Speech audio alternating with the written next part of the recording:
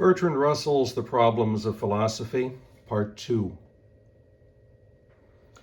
Chapter 2 of the Problems of Philosophy introduce us to existence and matter. And the opening lines, Russell says, in this chapter we have to ask ourselves whether in any sense at all there is such a thing as matter. Is there a table which has a certain intrinsic nature and continues to exist when I'm not looking at it? Or is the table merely a product of my imagination, a dream table in a very prolonged dream? This question is of greatest importance, for if we cannot be sure of the independent existence of objects, we cannot be sure of the independent existence of other people's bodies, and therefore still less of other people's minds, since we have no grounds for believing in the minds except such as are derived from observing their bodies. Thus, if we cannot be sure of the independent existence of objects, we shall be left alone in a desert. It may be that the whole outer world is nothing but a dream, and that we alone exist. This is an uncomfortable possibility, but although it cannot be strictly proved to be false, there is not the slightest reason to suppose that it is true. In this chapter, we have to see why this is the case. And so we begin with this question, does matter in fact exist? Do objects have an independent existence? Going back to our table, we must ask, is it a physical thing in the world, or does it exist merely as sense data within the mind? Well, Russell goes on here to explain, although we are doubting the physical existence of the table, we are not doubting the existence of the sense data, which made us think that there was a table. We're not doubting that while we look, a certain color and shape appears to us, and while we press, a certain sensation of hardness is experienced by us. All this, which is psychological, we are not calling into question. In fact, whatever else may be doubtful, some at least of our immediate experience seems absolutely certain.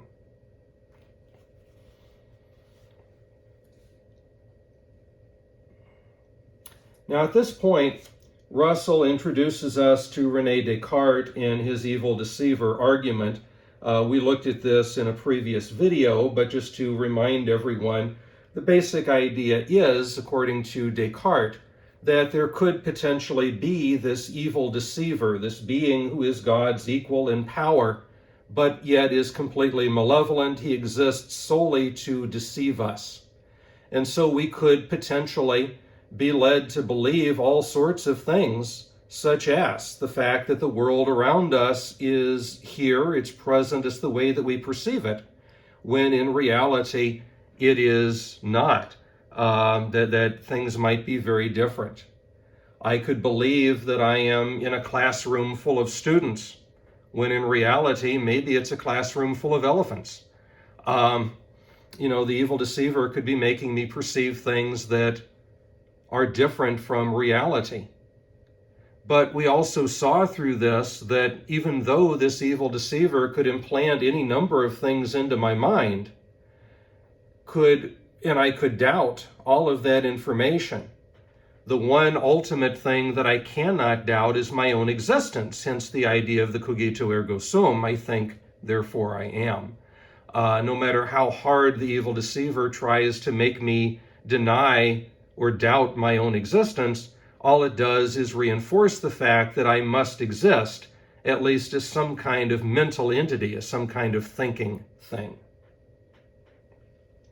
Well, Russell tells us here that while we are relying on the cogito, we have to be very careful. Okay? We can accept as our basic axiom cogito ergo sum, but we need to be careful about doing so. Looking back to the question of the table, I can look down at the table and I can see the color of it being brown. Now, it's not necessarily that I'm seeing a brown color, but rather that a brown color is being seen. Right? It may not be the case that I am actually perceiving through vision that brown color. Keep in mind that even in Descartes' view, the mind and body have the potential of being separate entities. And so if I were a brain in a vat being fed images, I certainly would not be perceiving that table in my own light, but rather the color of brown is being seen and transplanted into my mind in some way. Now, if the color is being seen, then it has to be seen by something. But is that something me, as the person that I believe I am? Could I be something different from what I believe I am? Is an evil deceiver making me believe I see the brown color when it's really someone else who sees it? We can be certain of our own sense data, but does that mean that we have to be sure that they signify anything? In other words, just because we have the sense data of the table in our mind, does it follow that a physical table has to exist? Well, Russell tells us that common sense demands that the physical entity must exist for us to have sense data upon it. And this is one of the key things that we keep coming back to with Russell, is that he wants to focus upon this idea that much of the philosophical issues and debates and problems can be resolved simply as a matter of common sense. But common sense, while it is certainly a useful tool and not something I would argue against, it's still the fact that a common sense is almost like a hand wave. It's if saying, I don't want to be bothered with thinking about this issue. But nonetheless, he says common sense dictates that if we're going to have this sense data of something, there has to be a physical thing. There has to be something real there.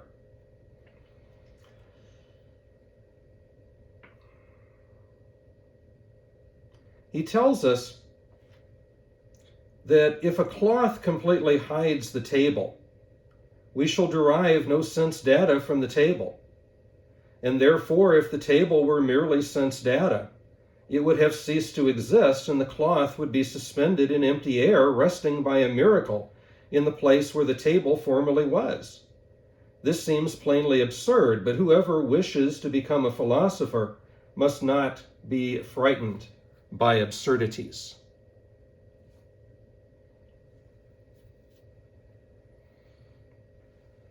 So despite the fact Russell insists that it's unlikely that there is an evil deceiver, it's unlikely that only sense data exists without a thing in the world to attach itself to.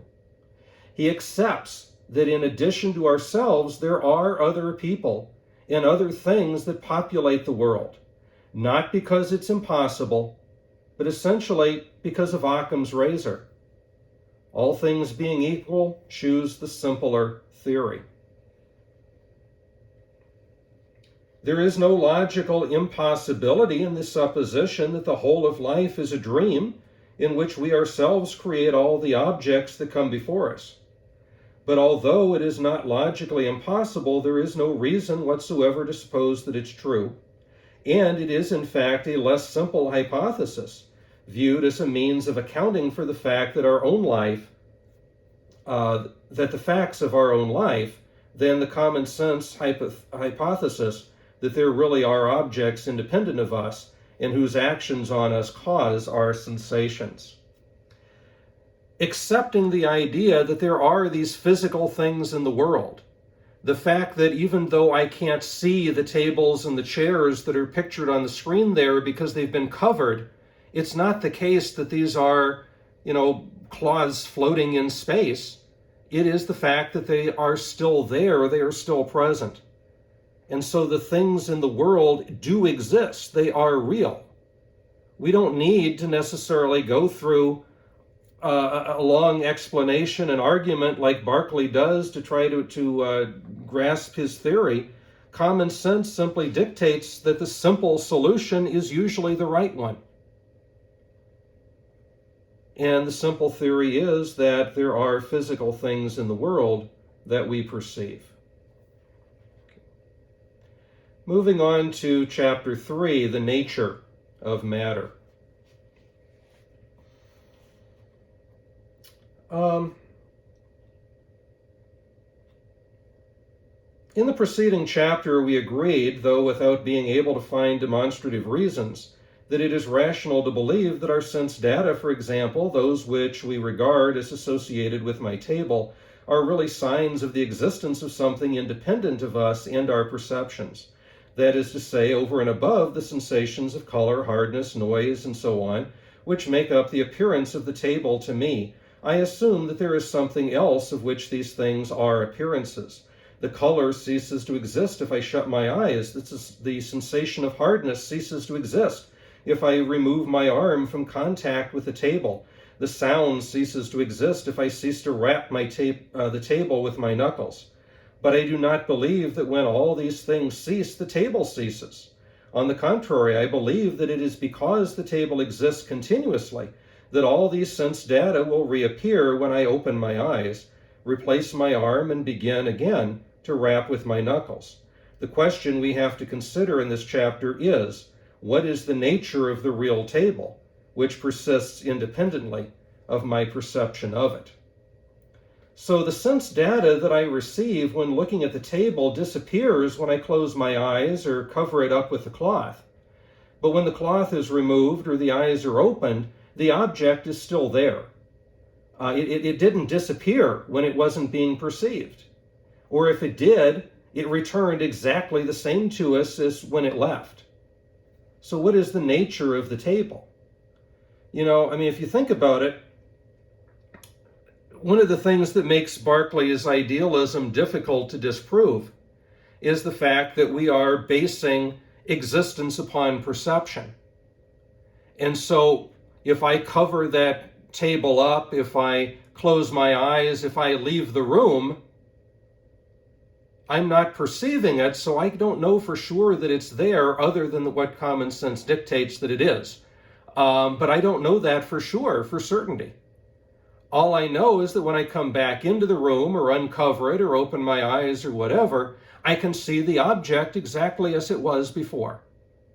And that means that it exists there, but again, while being perceived. Does it exist when it's not being perceived? Is it still there? Again, common sense dictates that it is.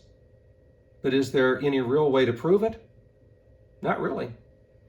Even if you stuck a camera there to keep an eye on it, it's still being perceived in that moment.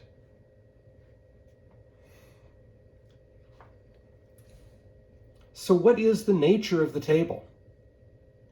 Well, Russell is going to turn to science for the answer. He says light and heat and sound are all due to wave motions which travel from the body, emitting them to the person who sees light or feels or hears sound. That which has the wave motion is either ether or gross matter, but in either case is what the philosopher would call matter. So we know that it's the waves that are the physical cause of our sensation of light.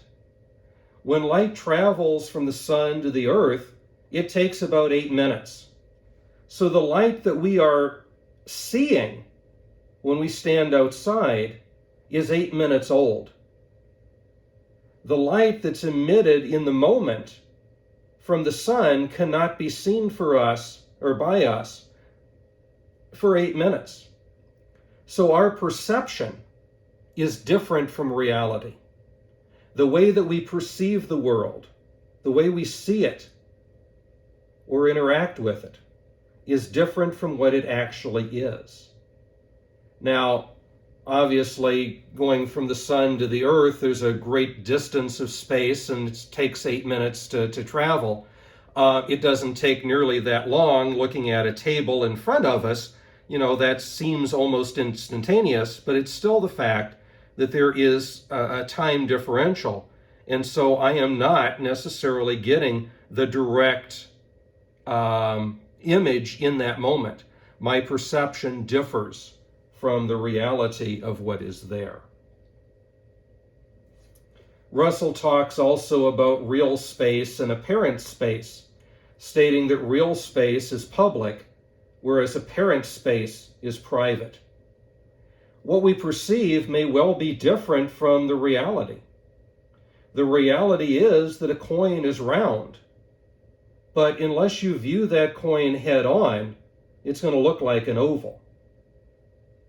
Now, despite this difference of perception, we can assume the reality of space simply because other people see these things too.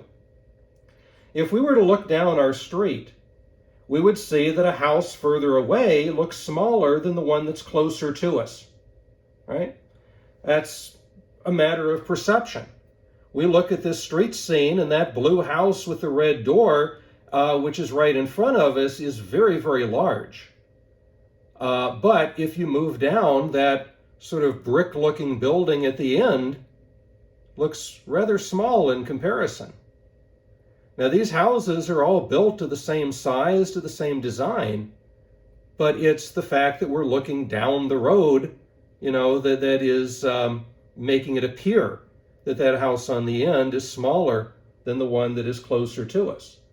But of course, if we move closer to it, to that house at the end, we would see it appear to get larger the closer that we got to it.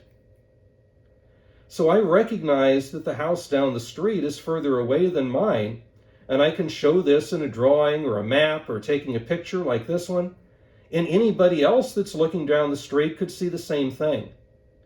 So these different people can look at the same thing and they can recognize the same spatial differentiation. Despite being different people, the sense data corresponds to the street in the same fashion, demonstrating that the street must have a physical existence. If the street did not have a physical existence, if it wasn't there, we would not all perceive it in the same way. But the very fact that everyone who looks at this picture is going to see that brick house at the end being smaller than the blue one at the front recognizes that there must be a reality to what we're looking at, because we're all seeing that spatial differentiation in the same way. And so these are the basic practical reasons why Russell ultimately disagrees with idealism.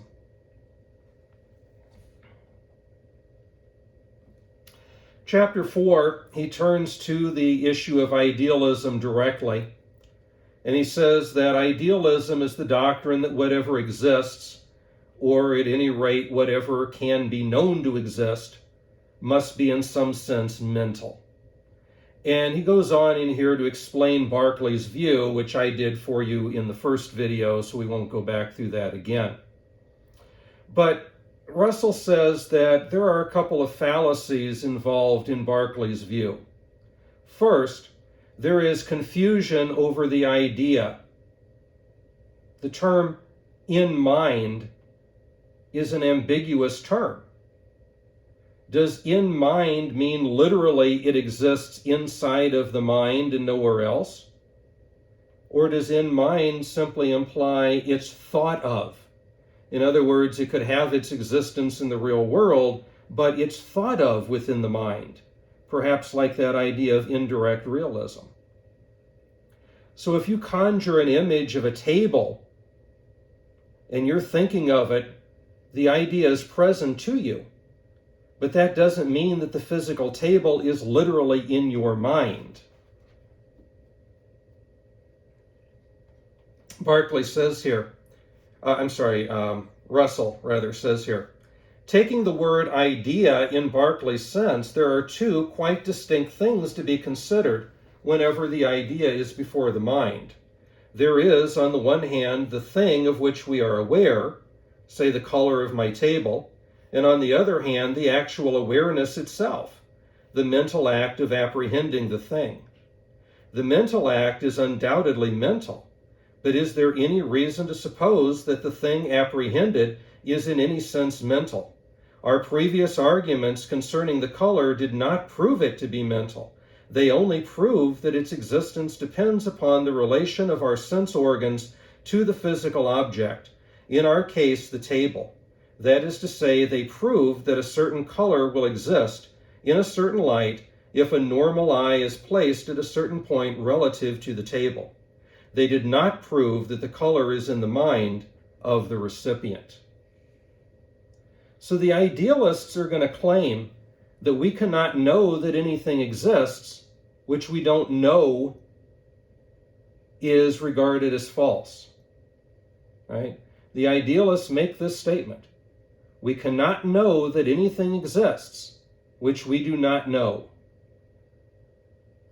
Russell says that's false because there's an ambiguity with regard to the word know. Know could imply judgments, which would be the idea of truth, knowledge of the truth, or it could imply acquaintance, which is knowledge of things. Okay? So, are we talking about know in the sense of I know the truth? Or am I talking about it in the sense of I have knowledge of things within this world? It is by no means a truism, and is in fact false, that we cannot know that anything exists which we do not know. The word know is here used in two different senses. In the first use, it is applicable to the sort of knowledge which is opposed to error, the sense in which what we know is true, the sense which applies to our belief and our conviction to what we call judgments. In this sense of the word, we know that something is the case. This sort of knowledge may be described as knowledge of truths. In the second use of the word know, the word applies to our knowledge of things, which we may call acquaintance. This is the sense in which we know sense data. Now, I am not personally acquainted with King Charles, but I can make judgment that he exists because I've read media reports, I've seen things on television, I've heard talking of him. So I've heard enough, read enough, seen enough that I believe King Charles actually exists. Even though I've never personally met him, I don't have direct knowledge to it. When I'm acquainted with someone or something, then that acquaintance is enough to make me believe it, right? So the simple fact that I've seen, read, heard, makes me believe that King Charles does in fact exist, even though I have no direct connection to him, never having met him in person or anything of that nature. So when we talk about acquaintance, we're talking about direct knowledge. Judgment is what takes place without acquaintance. It indicates that the thing is known merely by description. And it's this separation of acquaintance and knowledge that is going to become relevant to chapter 5. And we're going to pick that up in our next video.